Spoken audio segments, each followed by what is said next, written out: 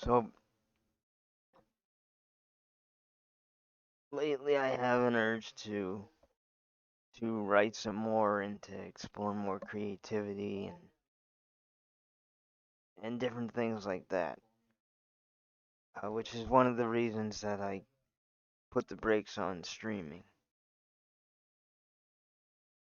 I wanted and needed some extra time to figure some things out. I think for this one I'm gonna talk a little bit about the time I was ghosted. 2 years ago, I got ghosted by somebody that I thought was a friend, and well, they weren't. When this happened, I didn't know what it was. I didn't know what I said or didn't say. I didn't know what I had done.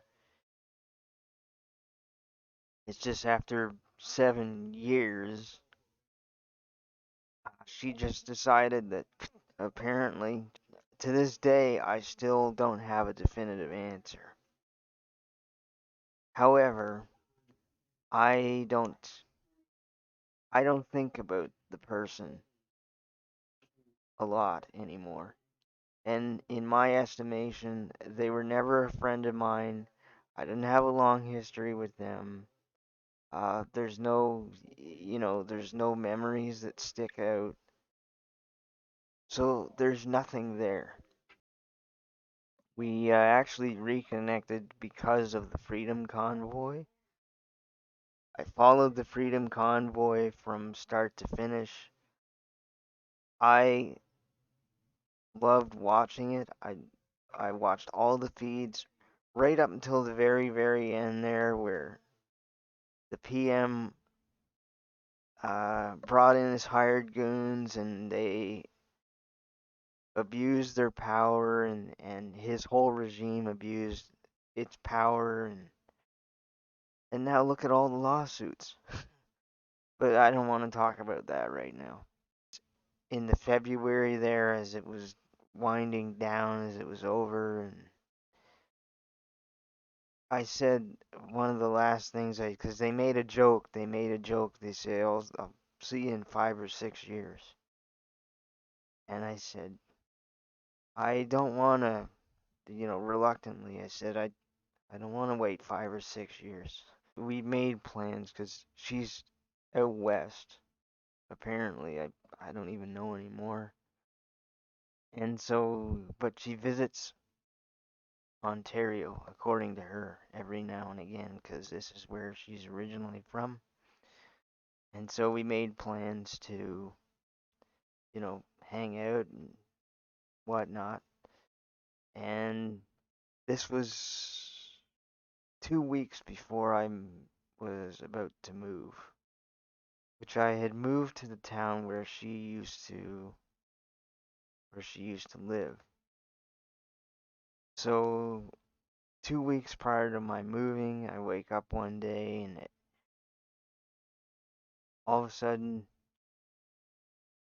I can't have any communications with her. Everything's blocked, everything's been deleted, and it's like, well, what did I do? What did I say? You know what I mean?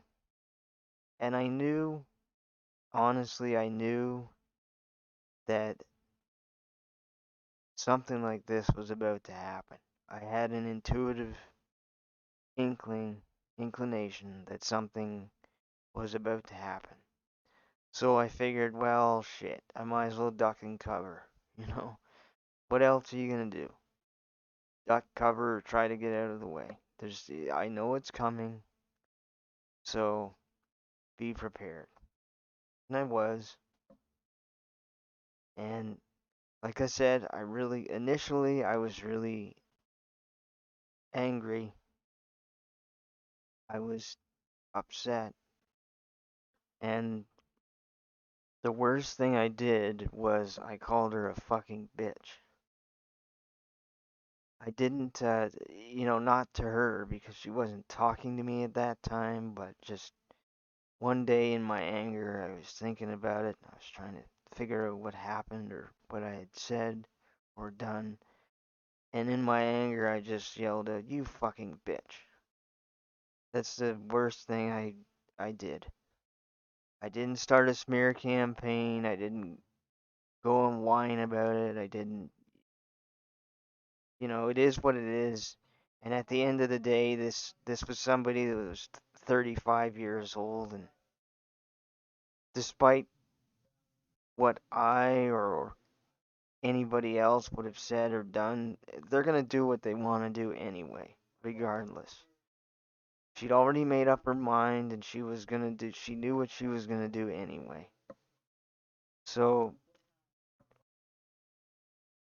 I just figured, well,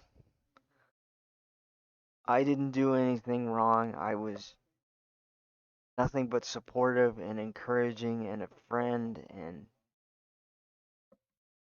I would have liked to have spent that time with her that we had planned, but she lied. In fact, she lied to me twice. So that I knew that wasn't going to happen. So after this happened, I spent a couple of months trying to understand it, trying to understand why somebody would do this, what kind of person does a thing like this. So I started learning about ghosting, and I wasn't too familiar with it at the time. I wasn't familiar with ghosting or stonewalling, anything like that. I didn't even realize it was a thing. So I've learned a lot about it, and I've talked to people who've been ghosted, and I talked to professionals, and I've read articles, and so I've learned quite a bit about it over the last couple of years. So if nothing else, I've got to thank her for that, and that's it. Because I don't believe she was ever a friend. I believe that I was a source of supply. I believe that she lied, as I said, more than once.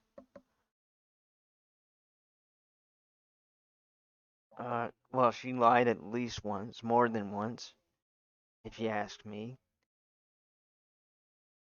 And so I learned about this thing called ghosting. And in my opinion, it's cowardice. It is the people that do this are they're very insecure, very frightened. They're hiding something and they're terrified that they're going to see through their masks. In fact, one of the things that this person told me when I was talking to her was that she's terrified that people are going to find out that she's really scared, and I cut them off completely. As soon as I figured out how to do it on my social media stuff, I cut them off completely. They have no way of contacting me, and I don't want them to contact me. I was kind and I was patient, even though in the back of my mind, 'cause she was going on and on about certain things, and oh fuck, here we go again. I know what's gonna happen. And I should have just said stop right there. I don't want any part of this. I know what you're gonna do. I know where this is going, and I don't want to waste any more time. The bottom line is, to me, I learned that this person, in my opinion, is very insecure. They're very frightened. They they put up a big front. These people like this, they wear a mask. They put up a big front. She even told me once in a conversation that we had, she has to have control of everything. And I thought, well, uh, that's sort of a red flag, you know. And there were other things too, but I'm not going to get into that here because I'm not going to be vindictive and I'm not going to go on the attack here. There's a term supply that's used a lot, and I think that's what I was. I was a source of supply. When she realized that she wasn't going to get anything more that she wanted or needed out of me, and when she realized that I wasn't going to bend the knee to her, that was it for her. And what she did, in my opinion, was very mean and very cruel and very hurtful.